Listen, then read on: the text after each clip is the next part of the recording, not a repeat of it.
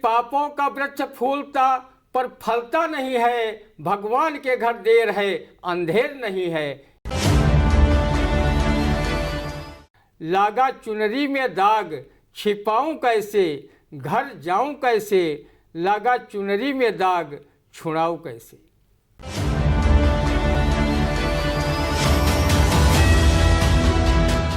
नमस्कार, आप देख रहे हैं आई इंडिया और मैं हूं उदय चौहान। हमारे साथ मौजूद हैं वरिष्ठ पत्रकार कवि एवं रंगकर्मी ज्ञान प्रकाश सिंह प्रतीक। हम लोग एक बार फिर हाजिर हैं आई इंडिया के खास साप्ताहिक प्रोग्राम रंदा में। इस बार 15 अगस्त यानी स्वतंत्रता दिवस की हम लोग 75वीं वर्षगांठ मना रहे हैं और पूरे देश में इस 75वीं वर्षगांठ को लेकर जो धूम दिखाई दे रही है वो उससे कोई अनजान नहीं है। हर घर तिरंगा फहराने का आह्वान भी केंद्र सरकार की ओर से इस बार किया गया है और जैसा कि दिखाई भी दे रहा है, छोटे छोटे शहरों में, गांव में भी घर घर इस बार तिरंगा दिखाई दे रहा है। तो आज के प्रोग्राम का आगाज हम करते हैं इसी खबर से। आज़ादी के अमृत महोत्सव के उपलक्ष्य में घर घर फहराया गया राष्ट्रीय ध्वज तिरंगा। इस पे रंदा की टिप्पणी आपने। रंदा के पास तिरंगा तो वर्ष 1921 से मौजूद है, जब स्वाधीनता सेनानी पिंगला वेंकैया ने बनाया था और आज़ादी के बाद इसे 1947 में राष्ट्रीय ध्वज घोषित किया गया। रंदा तिरंगे को प्राणों से बढ़कर उसका सम्मान करता है, लेकिन अफसोस इस बात का है कि घर रहने को घर नहीं, सारा जहां हमारा कि उक्त पर चलने वाले रंदा के पास अपना कोई घर नहीं है। उसे प्रधानमंत्री शहरी व ग्रामीण आवासीय योजना में एक अदद घर नहीं मिला है। प्रधानमंत्री ने कहा कि तिरंगा अपने अपने घरों पर लोग लगाएं। रंदा ने तिरंगे को घर के अभाव के चलते अपने शरीर को घर मानकर व सिर के ऊपरी हिस्से को घर की छत मानकर उसे सिर पर ही फहरा लिया।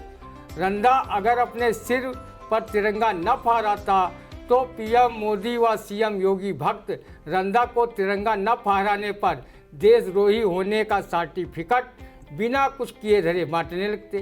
कुछ योगी मोदी भक्त रंदा को पाकिस्तान जाने की सलाह भी दे डालते, तो कुछ भक्त माओ लिंचिंग पर भी उतर आते। 52 वर्षों तक जिस नागपुर मुख्यालय में आरएसएस द्वारा राष्ट्रीय ध्वज तिरंगा न फहराए जाने से रंदा काफ़ी दुखी था। अब आरएसएस व उसके राजनीतिक संगठन भाजपा द्वारा केंद्र व राज्यों की सरकारों द्वारा आज़ादी के अमृत महोत्सव के उपलक्ष्य में घर घर तिरंगा फहराया जाए, इससे देशभक्त रंदा को तसल्ली ही नहीं बल्कि उसका दिल गार्डन भी हुआ है। तिरंगा फहराने के दौरान राष्ट्रगान गाने का भी आदेश पीएम साहब दे देते तो उसका भी पालन रंदा एक अनुशासित विद्यार्थी की तरह करता। कोरोना काल में जब मोदी जी ने लोगों को ताली थाली बजाने के लिए कहा था तो वैज्ञानिक सोच रखने वाला रंदा ये जानते हुए भी कि कोरोना वायरस जनित रोग ये दवा से ही ठीक होगा, लेकिन पीएम साहब के आदेश को सिरोधार्य कर रंदा तब तक ताली थाली जोर जोर से बजाता रहा जब तक हाथों में फफोले नहीं पड़ गए थे और थाली कई जगह से फूट नहीं गई थी। अपने अपने घरों पर तिरंगा फहराने वाले समस्त देशवासियों को रंदा की हार्दिक शुभकामनाएं कि इसी तरह भारतीयों में राष्ट्र प्रेम पनपता रहे और छद्म राष्ट्रवादियों द्वारा लाई गई महंगाई, बेरोजगारी, डॉलर के मुकाबले घटती रुपये की कीमत सहित अनेक जन समस्याओं पर पर्दा पड़ता रहे। जी बिल्कुल, रंदा की नज़र जहाँ तक पहुँची है यकीनन अपने आप में वह बेहद सकारात्मक दृष्टिकोण इसलिए है कि हर घर तिरंगा, यानी जिसके पास घर ही नहीं है वो तिरंगा कहाँ फहराएगा। पहले इस समस्या पर सरकार को विचार करना चाहिए था। हर घर तिरंगा तो देशभक्ति तो हर भारतीय के खून में रची बसी है।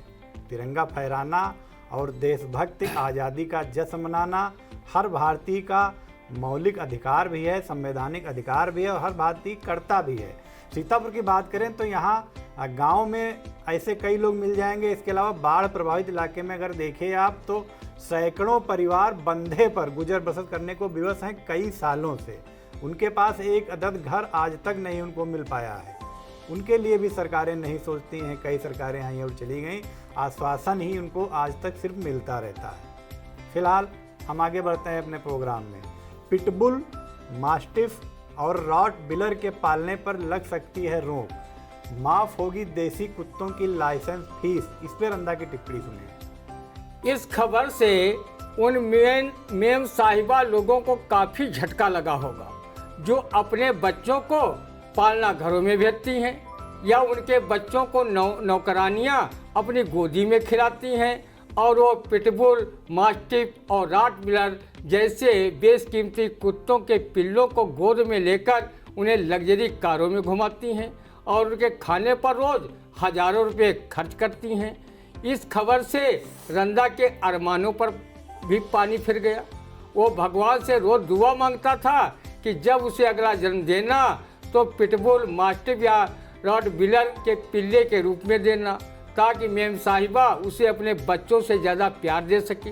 रंदा जब भी ईश्वर से प्रार्थना में कहता था कि हे अंतर्यामी प्रभु, तुमसे कह रहा मैं चिल्ला चिल्ला, अगले जन्म में मुझे बनाना किसी मेम का पिल्ला। अभी पिछले माह लखनऊ में पिटबुल डॉग ने अपनी शिक्षिका मालकिन को जगह जगह से काटकर उन्हें मरणासन कर दिया था। बेचारे देसी कुत्तों की बहुत बुरी दशा है। वो न गरीब व्यक्ति की तरह भरपूर भोजन पाते हैं और न ही उचित सम्मान।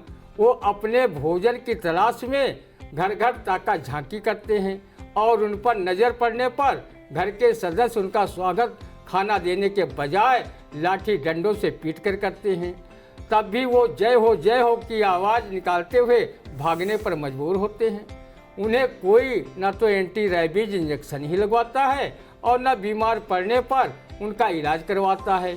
ये विदेशी ब्रांड के कुत्तों से हमारे देसी ब्रांड के कुत्ते मालिक के प्रति काफ़ी वफादार होते हैं। देसी कुत्तों की तारीफ प्रधानमंत्री मोदी ने अपने मन की बात कार्यक्रम में भी कही है। देसी कुत्तों का लाइसेंस भी सरकार माफ़ करने जा रही है। रंदा को इससे बेहद खुशी है। रंदा सरीखे देसी कुत्तों का अब सम्मान बढ़ने लगेगा क्योंकि ये बात हमारे पीएम ने स्वयं कही है कि देसी कुत्तों की नस्ल में सुधार किया जाए। ऐसे में इसका प्रचार प्रसार भी किया जाए।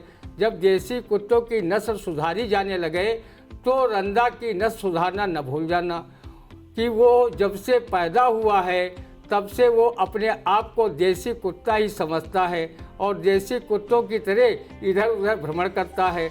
अगर रंदा की नस्ल में सुधार हो जाए तो कुत्ता पालने की शौकीन मेम साहिबाएँ रंदा को भी पाल लेंगी और उसे बिस्कुट व लजीज व्यंजन खिलाएंगी।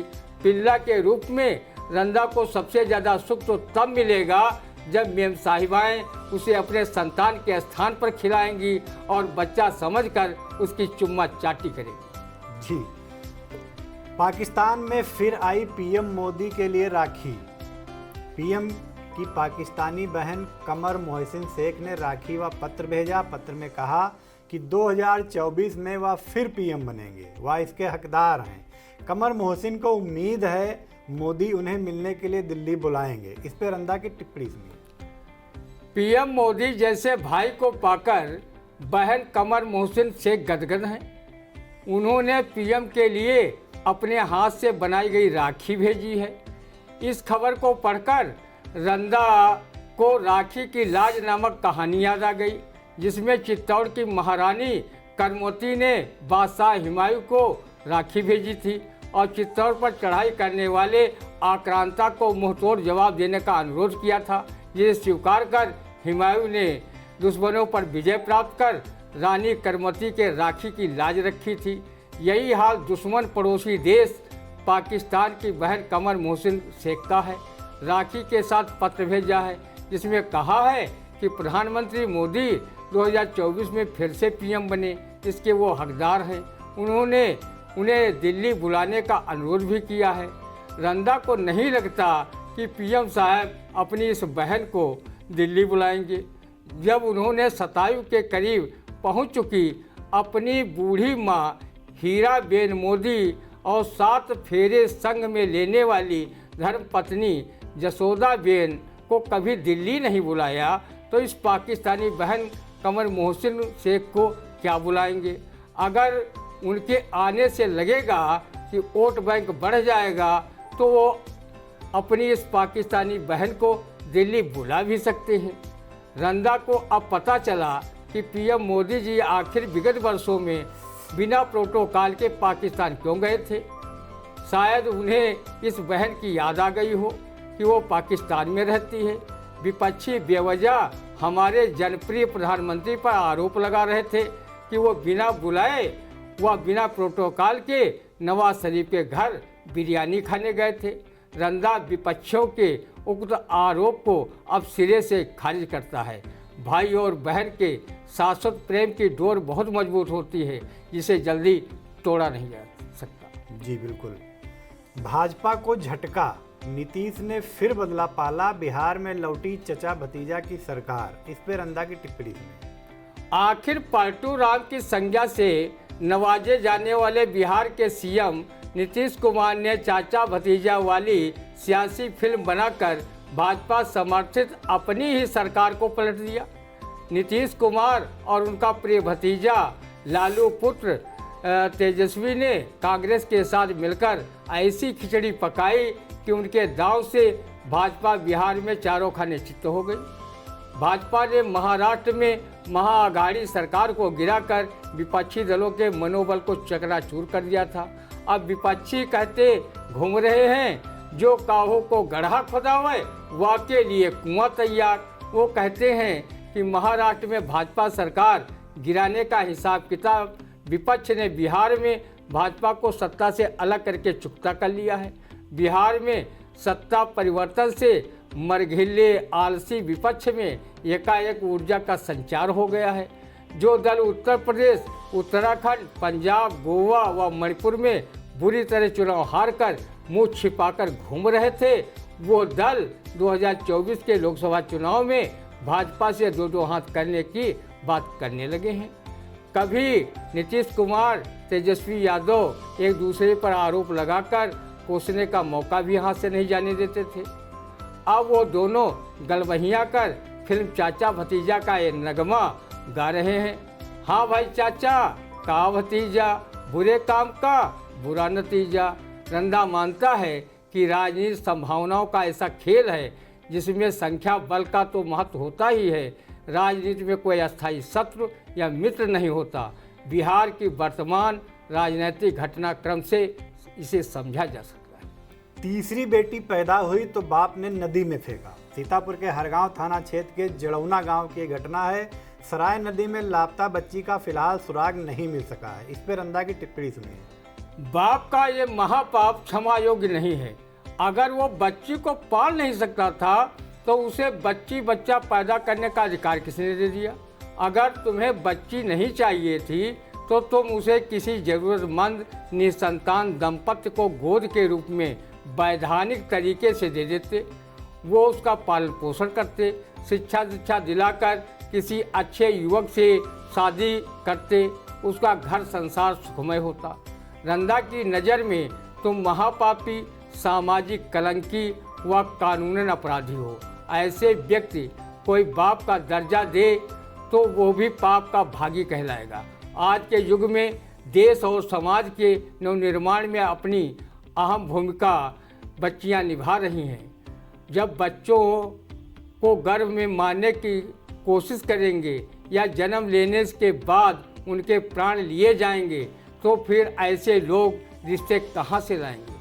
शादी जैसे पवित्र संस्कार कहाँ से संपन्न होंगे। जब पुरुष प्रधान की मानसिकता रखने वाले लोग बच्चियों के जान के दुश्मन बनेंगे तो फिर सृष्टि के निर्माण में योगदान कौन देगा।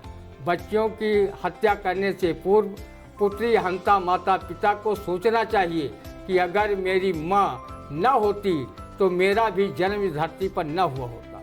ये देश में बच्चियों को देवी का स्वरूप मानकर उसकी पूजा करते हैं और नवरात्र में कुमारी का भोज खिलाते हैं। वो देश समाज में ऐसे क्रूर माता पिता समाज में रहने के योग्य भी नहीं हैं। पुत्री हंता को सजाए मौत मिले तभी रंदा को हार्दिक खुशी होगी। जी। कैबिनेट मंत्री राकेश सचान को सजा, अवैध असलहा रखने में ठहराए गए थे दोषी, 1 साल की सजा, 15 दिन के लिए जमानत पर रिहा। इस पर रंदा की टिप्पणी सुनिए। रंदा कैबिनेट मंत्री राकेश सचान को अदालत द्वारा दी गई 1 साल की सजा का स्वागत करता है और कहता है कि मंत्री जी और रखो अवैध असलहा और लो कानून हाथ में। आपके चरित्र पर यह सजा रूपी दाग जो लग गया है जिसे अब किसी भी लॉन्ड्री या वॉशिंग पाउडर से साफ नहीं किया जा सकता है। 1 साल की सज़ा मिलने और फिर अपील के लिए जमानत पर रिहा होने के बाद कैबिनेट मंत्री राकेश सचान भजन सम्राट अनूप जलोटा का ये भजन उन्हें जरूर याद आ रहा होगा। लागा चुनरी में दाग, छिपाऊं कैसे, घर जाऊं कैसे, लागा चुनरी में दाग, छुड़ाऊं कैसे। जी। पूर्व सांसद उमाकांत यादव समेत 7 को आजीवन कारावास। जीआरपी सिपाही हत्याकांड में 27 साल बाद मिला इंसाफ। उमाकांत पर 5,26,000 रुपए का जुर्माना भी लगाया गया। इस पर रंदा की टिप्पणी। रंदा ने किसी विचारक को कहते हुए सुना है कि पापों का वृक्ष फूलता पर फलता नहीं है, भगवान के घर देर है, अंधेर नहीं है। ये का पंक्ति पूर्व सांसद उमाकांत यादव व उनके साथ आजीवन कारावास की सजा पाए 7 लोग जीआरपी सिपाही हत्याकांड में हत्या आरोपियों पर खरी उतरती है। रंदा अदालत के फैसले का भरपूर स्वागत करता है और ईश्वर से दुआ करता है कि ऐसे कि लोगों को अदालती फैसलों पर इसी तरह विश्वास कायम रहे। पूर्व सांसद उमाकांत यादव व उनके गुर्गे अपने आप को सर्वशक्ति मानने की भूल कर रहे थे और वो नेतागिरी की आड़ में हत्या जैसे तमाम जघन्य आपराधिक गतिविधियों को अंजाम दे रहे थे। सजा के बाद उन्हें पता चल गया होगा कि अपराधियों से 1000 गुना कानून के हाथ लंबे होते हैं जो उन्हें सजा दिलाकर कारागार तक खींच ही लाते हैं। रंदा उमाकांत यादव व उनके 6 अन्य गुर्गों को मिली सजा पर उनके मनोस्थित पर रंदा कवि झनकार नाथ शुक्ल की इन काव्य पंक्तियों से टिप्पणी करता है और ईश्वर से दुआ करता है कि जेल का हर एक लम्हा उन्हें एक युग की तरह लगे और उनका जीवन जब समाप्त हो तो तिल तिल कर तड़प के साथ खत्म हो। तब उन्हें पता चले कि दूसरे की हत्या करने से मरने वाले का भी को अपार कष्ट हुआ होगा। कभी शेर जैसा गुर्राया, कभी सियार जैसा हुआया, जब खुद पे चोट खाई तब आदमी आदमी की तरह चिल्लाया। जी। सोशल मीडिया पर मुख्यमंत्री योगी आदित्यनाथ को बम से उड़ाने की धमकी, मुकदमा दर्ज। सुशांत गोल्फ सिटी थाने की पुलिस कर रही धमकी देने वाले की तलाश। इस पर रंदा की टिप्पणी। रंदा ने सुना है जब गीदड़ की मौत आती है तो शहर की ओर भागने लगता है। योगी सरकार में जब रंदा को जान से मारने की कोई जुर्रत नहीं कर सकता तो फिर अजय कुमार बिट से योगी आदित्यनाथ बने साहसी सीएम को जान से मारने की जुर्रत कौन माई का लाल कर सकता है। धमकी देने वाले का या तो दिमाग खराब है या फिर उसे अपनी सर्वनाश कराने का शौक चल रहा है। उसे पता होना चाहिए कि अपनी गुंडई दबंगई का विकास करने वाले विकास दुबे की गाड़ी आखिर कैसे पलट गई थी। मुन्ना बजरंगी का राम नाम सत्य बागपत जेल में ही कैसे हो गया था। मुख्तार अंसारी, अतीक अहमद जैसे कुख्यात माफिया व नेता जेल में आज भी त्राहिमाम बोल रहे हैं। बुलडोजर बाबा का बुलडोजर माफियाओं के घरों, मकानों, दुकानों को धराशायी कर रहा है।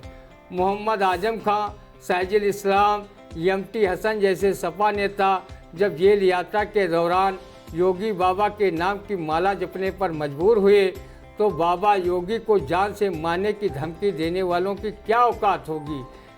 पुलिस जब उसे पकड़ेगी तो रंदा उसकी औकात का पता जरूर करेगा कि वास्तव में वो कुछ है या फिर खोदा पहाड़ निकली चूहिया की तरह है। रंदा ऐसे बुज़दिल धमकीबाजों को योगी आदित्यनाथ जैसे बबर शेर सीएम की तरफ से ये शेर सुनाना चाहता है। आंख सूरज की तरफ उल्लू उठा सकता नहीं, खैर बकरी का पिसर अपनी मना सकता नहीं। जब रंदा किसी धमकीबाज की धमकी से नहीं डरता तो फिर हमारे जाबाज सीएम योगी आदित्यनाथ किसी धमकीबाज की धमकी से क्यों डरेंगे। रंदा की मांग है कि सीएम को जान से मारने की धमकी देने वाले को पुलिस धमक के साथ गिरफ्तार करे और उसे पुलिसिया 3rd डिग्री का सम्मान देकर जेल भिजवाए। कारागार में उसका अच्छी तरह स्वागत कारागार राज्य मंत्री सुरेश राही करा ही देंगे। रंदा ने जब से महाभारत में पढ़ा है, बिना मृत्यु मारे को मरही, मृत्यु आए रक्षा को करही, तब से रंदा निर्भय स्वागत करो मृत्यु का। मृत्यु एक विश्राम स्थल की उक्ति पर चलने में विश्वास रखता है, बल्कि उसे कभी अपनी मृत्यु का भय नहीं लगता। रंदा भी धमकीबाजों को शायर स्वर्गीय बलबीर सिंह रंग की इस शेर से जवाब देना चाहेगा। मौत के डर से खामोश रहूं लानत है, मैंने भी जल्लाद की शमशीर से बातें की हैं। जी, धूमधाम के साथ मनाया गया रक्षाबंधन का त्यौहार। बहनों ने भाइयों की कलाइयों में राखी बांधकर मांगा उनके दीर्घायु होने का वरदान। भाइयों ने बहनों को उपहार देकर दिया रक्षा का वचन। इस पे रंदा का क्या कहना है, आप सुनिए। भाई बहन को स्नेह की डोर में बांधने वाला रक्षाबंधन का पवित्र त्यौहार पूरे जिले में हर्षोल्लास के साथ परंपरागत ढंग से मनाया गया। भाइयों ने बहनों से रक्षा सूत्र बंधवाकर उन्हें यथा सामर्थ्य धन व उपहार भेंट किया तथा रक्षा का वचन भी दिया। बहनों ने भाइयों को खूब मीठा व लजीज व्यंजन खिलाए। रक्षाबंधन में रंदा सिर्फ अपनी धर्मपत्नी को छोड़कर सभी महिलाओं और लड़कियों को अपनी बहन मानता है। रंदा जिधर से भी गुजरा बहनों से राखी बंधवाई, उन्हें आशीर्वाद दिया तथा उनके हाथों से खूब मिठाई खाई। रंदा ने रक्षाबंधन त्यौहार पर बहनों की रक्षा के बजाय राष्ट्र रक्षा का वचन दिया। रंदा का मानना है कि महिला सशक्तिकरण के युग में कोई उन्हें रक्षा का वचन दे तो ये उनका अपमान होगा, क्योंकि हमारी बहनें खुद देश की रक्षा के लिए सेनाओं में भर्ती हो रही हैं और वो समय समय पर अपनी वीरता की झलक भी दिखा रही हैं।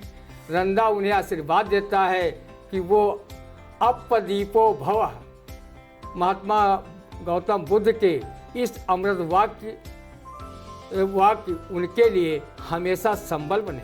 रंदा भाई बहन के स्नेह के बंधन में बंधकर मीठा तो खूब खाया, पर ये भूल गया कि मिठाइयों में शुद्ध खोए की अपेक्षा सिंथेटिक खोए का ज़्यादा इस्तेमाल हुआ है। मिलावटखोर लाभ के लिए इस त्यौहार पर भी मिलावट करने से नहीं चूके। स्वास्थ्य महकमा व खाद्य निरीक्षक जिम्मेदार अधिकारी उन पर कठोर कार्रवाई कराना तो दूर, मिठाइयों के पूरे जिले में सैंपल भी नहीं ले सके। रक्षाबंधन का त्यौहार अति प्राचीन है। देवासुर संग्राम में देवताओं के राजा इंद्र ने रक्षा यज्ञ कराकर अपनी पत्नी इंद्राणी से रक्षा सूत्र बंधवाया था। द्वापर युग में रक्षाबंधन भाई बहन का त्यौहार तब बना जब भगवान श्री कृष्ण की कलाई से बहते खून को रोकने के लिए द्रौपदी ने अपने साड़ी का टुकड़ा फाड़कर भगवान श्री कृष्ण के कलाई में बांध दिया था।